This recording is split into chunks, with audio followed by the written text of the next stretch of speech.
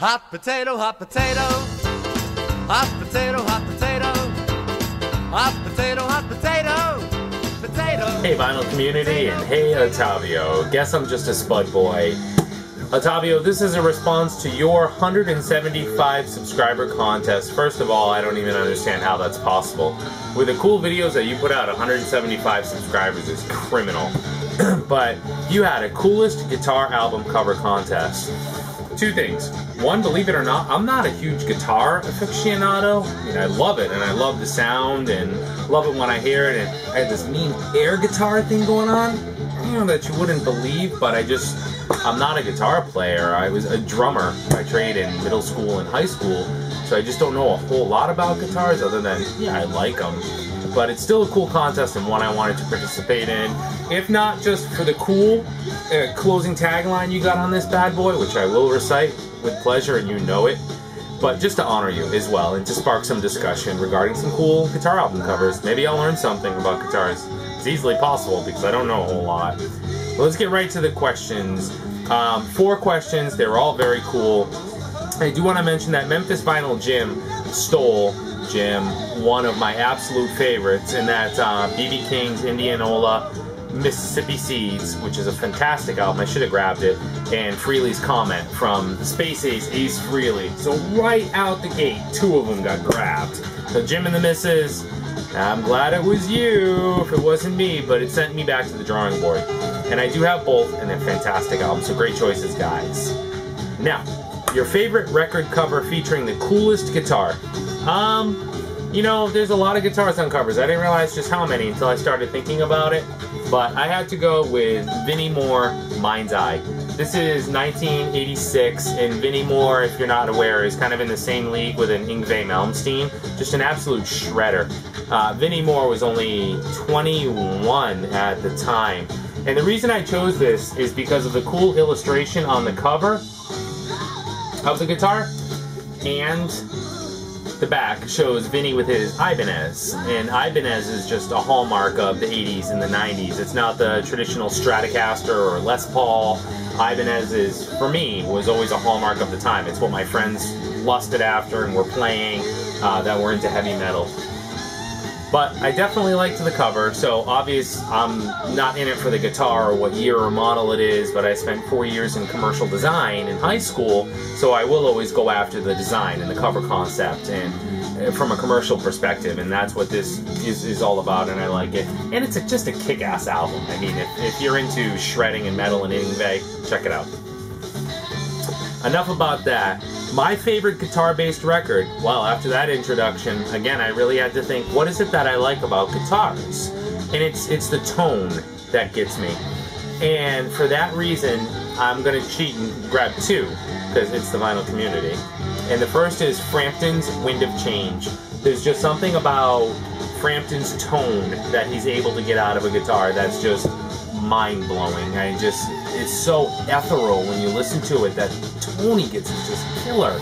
And never better, in my opinion, than on Wind of Change. It's a fantastic Frampton album. If you're not familiar with Frampton, drop everything you know about Frampton Comes Alive and grab yourself Wind of Change. Killer album, great tones. Now, my second easily favorite guitar-based album, and by that I mean the guitar tones they jump off the page and grab me. I can't ignore them.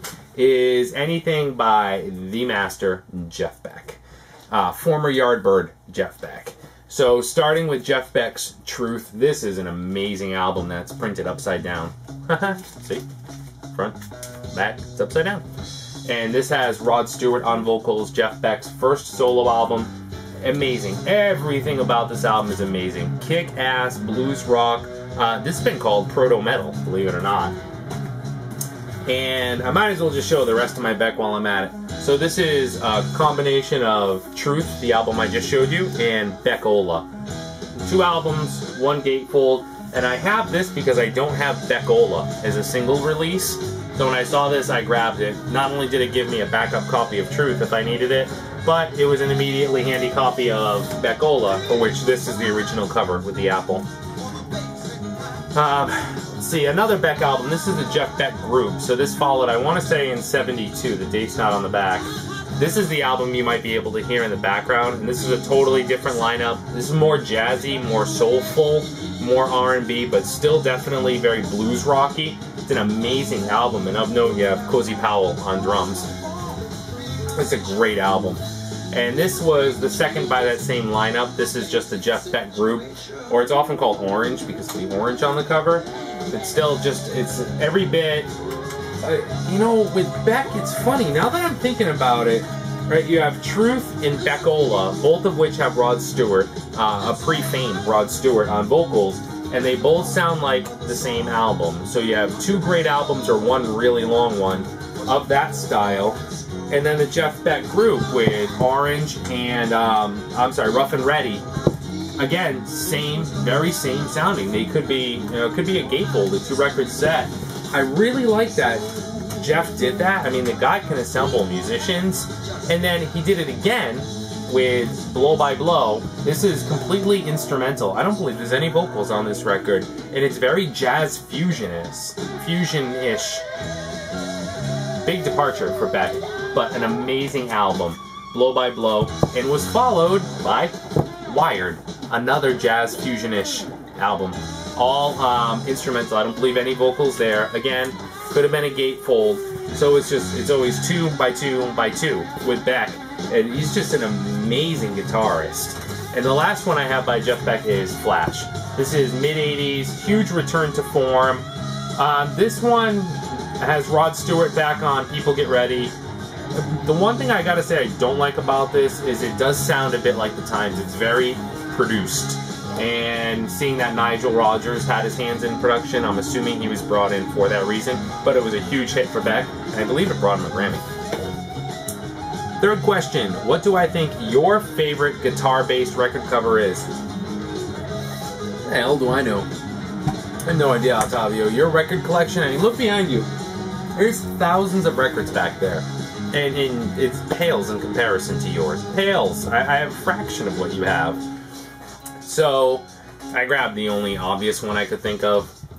Boston. I know you're a sharp guy. You love hidden images and covers. And of course, turn this upside down.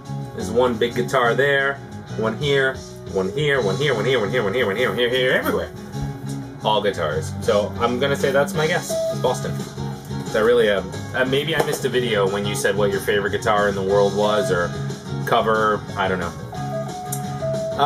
Recommend a guitar-based record that I really like that I think you'd like too. Alright, whenever I'm asked this question, I always try to pull people out of their comfort zones. Forget what I know about you, what I know about your interest, and just throw out a shocker. What do I think you'll like? I've done the Marshall Tucker Band by People, their debut LP, which is another perfect 10. And here, I am going to pull John Mayer's Continuum. As far as guitar-based album goes, it does not get much better than this. Say what you will about John Mayer, the guy's a goofball, whatever, Jessica Simpson, whatever, but John Mayer can play guitar. He doesn't always come off as focused on his albums, and as an artist, he's a little schizophrenic in my opinion. This is the music on vinyl release, yeah, 180 gram, so obviously that one's got dust on it from the sleeve. But this is Continuum, and what this is John at his blues guitar finest. And John is an amazing blues guitar player. He captures a sound from a guitar, blues guitar style, that I haven't heard in ages. A B.B. King type tone. I mean, it's just like, damn boy, where did you learn that?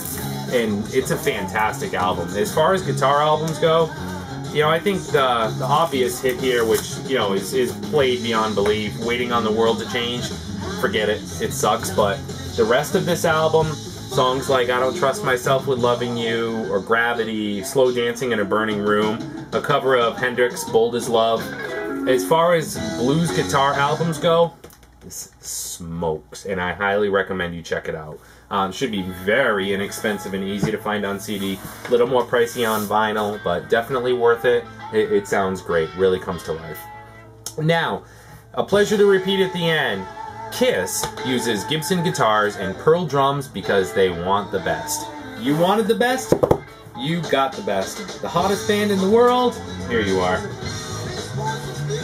kiss. Anyways, Ottavio, thanks for the cool contest. Thanks for letting me enter. All the other entries, I'll start catching up on them now. Memphis Final Gym, I definitely dug yours. And Ottavio, just keep doing what you're doing. I wouldn't change a thing. I love your channels, and I love your new Ouija Meccano series. That's just awesome. I'm over here drilling out hockey pucks with Panique's 1960s. Over here behind me, he's got the drill. I gotta go check on him. All right, Ottavio, take care, everyone. Hope you're doing well. Ciao. Marie King. Wow.